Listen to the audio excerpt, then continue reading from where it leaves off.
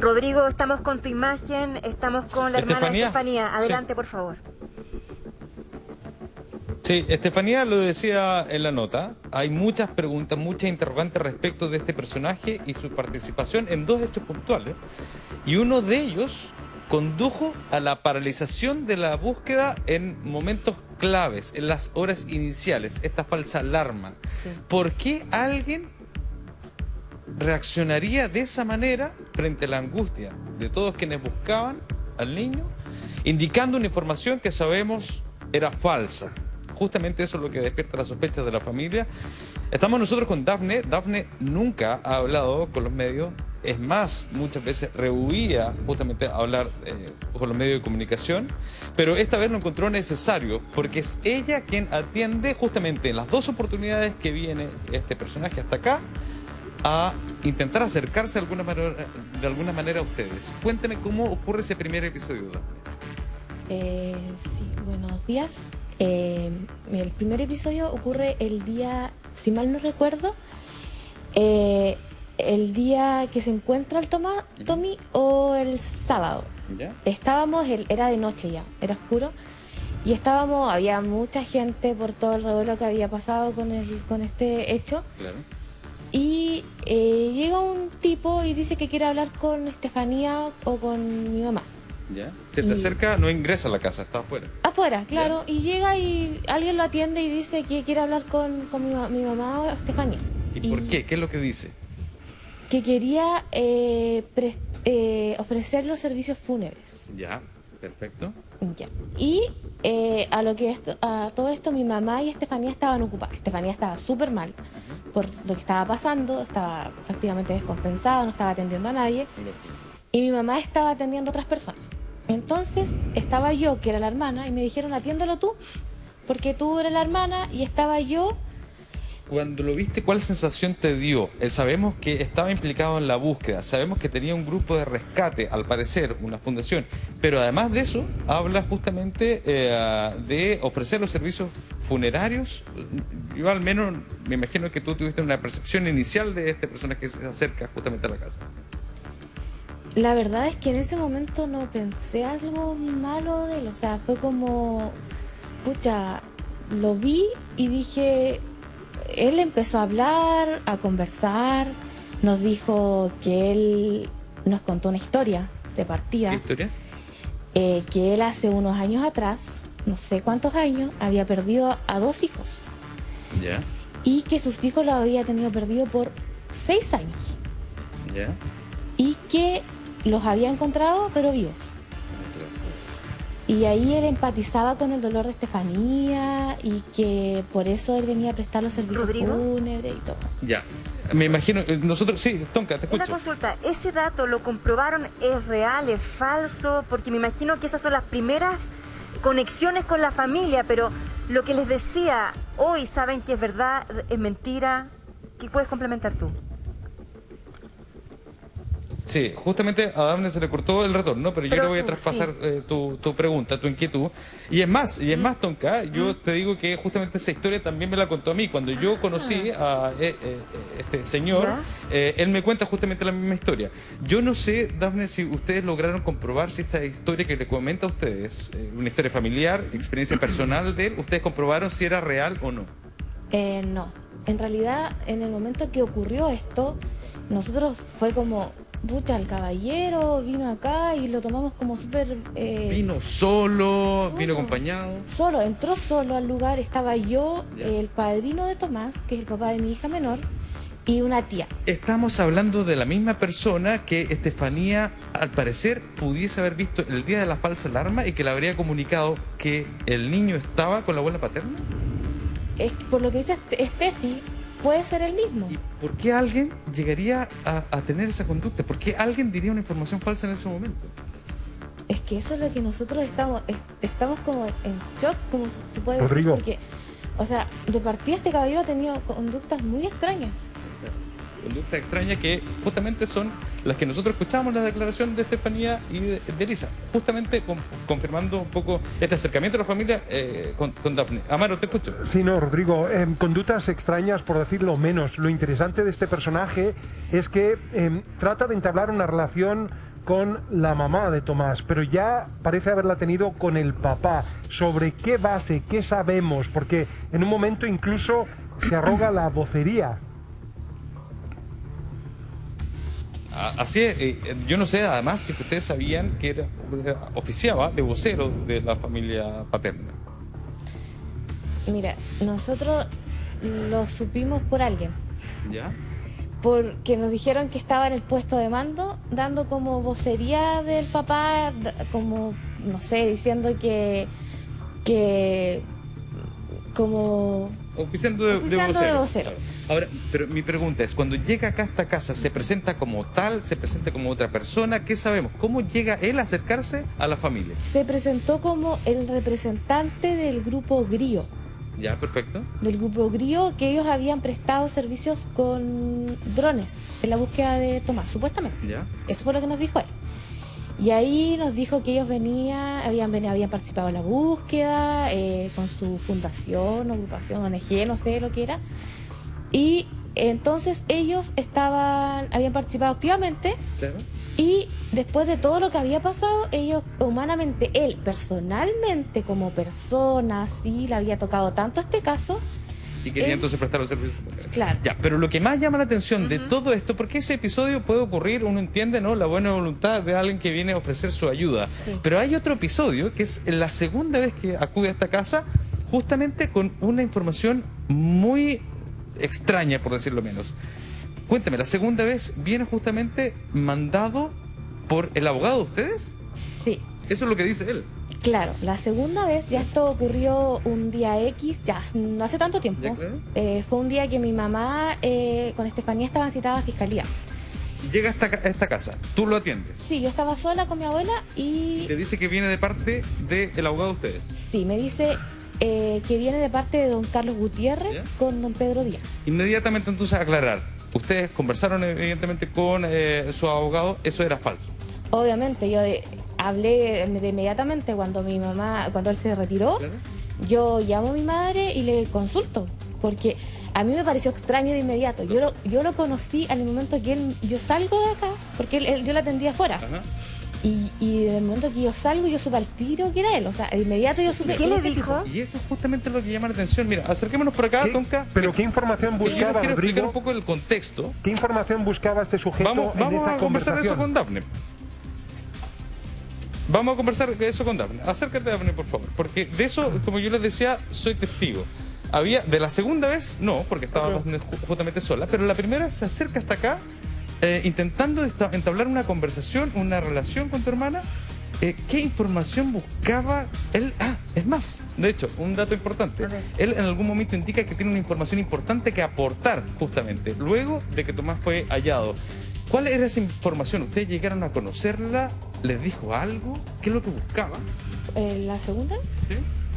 No, porque él la segunda vez vino a hablar directamente con mi hermana. O sea, él buscaba hablar con mi hermana. Él me dijo a mí que necesitaba hablar con Estefanía. Y yo le dije que Estefanía no estaba, porque era la verdad. Y después me dijo si estaba mi mamá. Y yo le dije que tampoco estaba. De acuerdo. Entonces él, porque supuestamente ahí lo había enviado don Pedro Díaz con don Carlos Y Gutiérrez. cosa que era totalmente falsa. Totalmente falsa. Eso es lo que llama la atención a Amaro Tonka, porque en ese momento, para que ustedes se hagan una idea, aquí estaba rodeado de gente, mucha gente quería ingresar, evidentemente había una disposición de un carro policial acá en el sector que impedía el ingreso de cualquier persona, y él entonces se acerca acá y nosotros escuchamos claramente que tiene una información importante. Ahora, conversando ayer con Estefanía, nos llama mucho la atención que ella indica una sospecha. Ella dice: estaremos hablando de la misma persona que se me acerca en el día de la falsa alarma para indicarme que mi hijo fue encontrado y que está con la abuela paterna. Es eso lo que indica Estefanía, es esa la sospecha que tiene, y ¿Rodrigo? justamente cuando ve la fotografía, estábamos juntos cuando sale esta información por el sitio web de Radio Cooperativa, en donde indica incluso la hora, 20:55 horas, en donde él habría anunciado de que el niño estaba con la abuela paterna y que habría dado alguna señal por radio incluso para que el resto de los grupos paralizara la búsqueda porque el niño ya había sido encontrado. No sé si recuerdan muy bien, pero sí, en alguno de los contactos que tomamos con Estefanía estábamos hablando justamente sobre la falsa alarma y la importancia, el llamado lo hizo por redes sociales, de ubicar justamente a quienes estuvieron implicados e identificar a quien había dado esa información falsa. A esta altura de la investigación, todo eso es una nebulosa, pero al menos tenemos justamente una de las personas que habría indicado una información muy extraña. ¿Y estamos hoy día en un día muy particular. Estefanía y Elisa ha salido de esta casa porque tienen una reunión en la Fiscalía, antecedente importante, estará incluido justamente este personaje. Son dudas que al menos hoy día están planteadas en un caso que hasta ahora, como siempre decimos, tiene más dudas que certezas. Y tú estás con Dafne, nosotros acá ya lo habíamos presentado a Marisa, a Carlos. Carlos, si fuera la misma persona en diferentes situaciones entregando estas pistas falsas, ¿qué rol podría jugar en la investigación? ¿Hay un porqué de esto, Carlos Collado? Es una muy buena pregunta, Tonka, porque la verdad que aquí estamos, por lo que hemos dicho, lo que se ha comentado en el programa, estamos frente a una persona que aparentemente tiene algún rasgo un poco psicopático, un poco mitómano, porque aparece primero como un representante del grupo del grupo guía, después dice que es vocero del papá, después dice ofrece servicios fúnebres. Estamos frente a una persona que necesariamente se va a tener que hacer un examen psicológico y psiquiátrico. Efectivamente, el problema grave es que él produce una detención de la búsqueda del menor en un momento importante. ¿Por qué la produce? Justamente. Eso es algo que se va a tener que determinar dentro del interrogatorio, la entrevista que se le tenga que hacer a este sujeto. Y perdón, Bueno, y una tomando tus pregunta también palabras, interrogante es que a su vez también este sujeto dice haber tenido la pérdida de 2 hijos, Exacto, que finalmente recupera un dato psicológico. Pero ¿cómo entorpece esto la investigación? Marisa. Sí, hola, buenos días. Bueno, obviamente los rasgos del sujeto que podemos ver ahí tiene rasgos que tienen que interpretarse psicológicamente, eso es evidente, ¿verdad? No hay aquí seriedad en torno a los antecedentes que ha enviado. Lo que hay que determinar aquí es si esa conducta configura o no el delito de obstrucción a la investigación. El delito de obstrucción a la investigación es el que aquella persona que a sabiendas obstaculice gravemente una investigación con antecedentes falsos. Ese es el delito. Entonces, lo que hay que determinar aquí es si efectivamente con esa falsa alarma, como se le ha denominado, obstaculizó gravemente o no la investigación, considerando que era un dato que pudo haberse descartado más rápidamente o más tarde, no lo sabemos, pero ahí tenemos un tema, ¿verdad? Y lo otro tema es que sea sabiendas. ¿Eso qué significa? Significa que el sujeto lo que quería era que no se descubriera un presunto delito. Despistar. Es despistarlo. Y entonces ahí hay un tema, porque la verdad es que con los antecedentes que tenemos, más bien hay mucho, y esto es bien común verlo, gente que por ánimo de figurar, por un tema psicológico, quiere aparecer como ayudando incluso, y da información falsa. Y esto se ve mucho, por ejemplo, y vamos a citar el caso Matute. Recuerden ustedes, muchos años pasó desaparecido este joven, y la cantidad de falsas pistas que se recibió ahí, los que estaban investigando este delito, fue enorme. pero para Carlos, ¿cuánto podría haber afectado? Porque recordemos esas imágenes cuando todos se abrazan porque Exacto, se piensa que se recuperó a Tomasito. Todas las personas retornaron, ahí hubo una paralización de la búsqueda. ¿Eso podría haber afectado en estas horas claves? Usted está viendo esas imágenes, justamente que están acompañando la información que estamos entregando. ¿Cómo esto ralentizó, coartó la búsqueda en un momento clave, Carlos? Sí, exactamente, Tonka. Eso es exactamente lo que él produce. Él produce que el equipo de búsqueda detenga su accionar y no busque al menor. Por lo tanto, durante ese tiempo, ¿qué pasó? Esto va a ser lo que va a tener que establecer la investigación cuando se entreviste. Durante ese tiempo, ¿fue utilizado para poder, por ejemplo, trasladar el cuerpo del menor a un lugar? ¿Fue solamente dentro de esta mitomanía que él tiene? A todo esto, yo te puedo decir hoy día con conocimiento de causa que su hijo no están perdidos. Ah, ¿tú tienes la información? Tengo la información de primera fuente que los hijos de él no están perdidos. Los hijos viven y no lo quieren ver. O sea, mira, imagínate. Entonces, Pero así es de simple. gravísimo que una persona con esos antecedentes ¿Te imaginas? que tú tengas ese dato, se haya acercado a la familia Rodrigo, Exacto, utilizando esa información para empatizar y para generar la confianza, Rodrigo. Así es, y la verdad O sea, que Carlos además... acaba de dar esa información y la reacción de Dafne fue inmediata, ¿eh? Porque eso no lo sabíamos, Carlos. Tú Así acabas es. de confirmar algo que hasta yo había escuchado, pero no tenía ninguna confirmación. Te lo doy como conocimiento de causa. La persona no ha perdido a sus hijos están vivos y tiene una situación judicial con su señora porque obviamente está separado y ese es el problema que él tiene. Él inventó la situación que está viendo. Por eso estamos frente a una persona que está inventando una situación. Es una persona simplemente que es psicológicamente debe tener algún tema alterado. Rodrigo, tú lo viste, tú fuiste testigo de un primer encuentro, ¿verdad? Realmente trabaja en un grupo y una brigada rescatista. de hecho- Cuéntanos un poco más para entender. Sí, tiene un grupo, de hecho, que se llama Grío, que es justamente lo que comentaba Dafne. Yo lo rastreé, hacen una suerte de introducciones, de charlas, ofrece servicios también de eso. Pero yo lo conocí en este contexto, para que les quede a todos medianamente claro. Era tarde, en la noche, el día justamente viernes 26, cuando es hallado Tomás. Estábamos aquí a un costado, en el centro de comando que estaba siendo desmantelado. Había muy poca luz, estábamos observando esa escena con la tristeza que rodeaba ese día. Y junto a mí estaba Moisés, a menos de 1,5 metros. Estaba Moisés con su padre. Y esto, hay un contexto que es de mucho dolor ese día. Y yo le pregunto a Moisés, le pregunto cómo está. Me comenta cómo está, evidentemente estaba muy golpeado por la información que teníamos, estaba junto a su padre estaba en la misma situación y estábamos conversando simplemente, no entrevistándonos. Cuando llega este personaje y lo que hace inmediatamente es separarnos, imponiendo de hecho su mano, intentando mantener la distancia y nos dice que no es posible dirigirle la palabra a Moisés sin antes pedirle la autorización a él. Yo le explico que no estábamos en una entrevista, que simplemente estábamos conversando. Moisés de hecho se lo aclara y le dice con prudencia, simplemente estábamos conversando y él en el momento domina la escena totalmente, me toma, me lleva hacia un costado y en medio de la oscuridad me exige que yo no dirija más la palabra a Moisés, que siempre yo me dirigiera a él.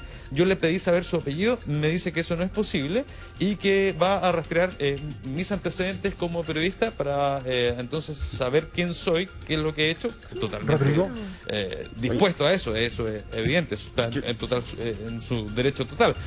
Pero tiene una conducta muy imponente en ese momento. Él domina la escena absolutamente. Luego nos promete una entrevista que nunca llega a realizarse. Y finalmente nunca más pudimos tomar contacto con él. Ayer por la noche lo llamé por teléfono. Yo tengo su teléfono. ¿Y te contestó? Su teléfono suena totalmente apagado. No contestó, suena inmediatamente apagado. Estuve hablando con quienes lideraron la búsqueda durante esos días y buenas fuentes me revelan que ellos tuvieron conflictos con él desde un comienzo, porque justamente se presentó con papeles, porque andaba con una carpeta todo el tiempo con papeles, y presentaba papeles como para respaldar su presencia en el lugar, papeles respaldados por instituciones, que no voy a decir cuál, pero instituciones policiales, y luego... Bueno, en el momento toda ayuda servía, entonces finalmente lo asumían como alguien más que podía llegar a aportar. Sin embargo, luego se investiga y se dan cuenta que los papeles no databan de este momento, sino que eran del 2019. Pero observa... ¿En qué contexto fueron obtenidos? La verdad es que no lo sabemos, pero finalmente entonces habla de una conducta que inicialmente fue compleja. Es más, aquella persona que me cuenta esto tiene un conflicto con él porque... intentan sacarlo de la investigación, pero él insistía a permanecer en el centro de comando. Observa el comportamiento de esta persona, una persona que procura una figuración cada vez mayor. Además es interesante porque lo que intenta hacer también es recibir información y además también ser quien canaliza esta información. De ahí la obstrucción a la justicia. ¿Pero es solamente una anécdota este personaje o podría este comportamiento ser de mucha mayor preocupación y sospecha? Es una pregunta a hacerle a Carlos Collao y también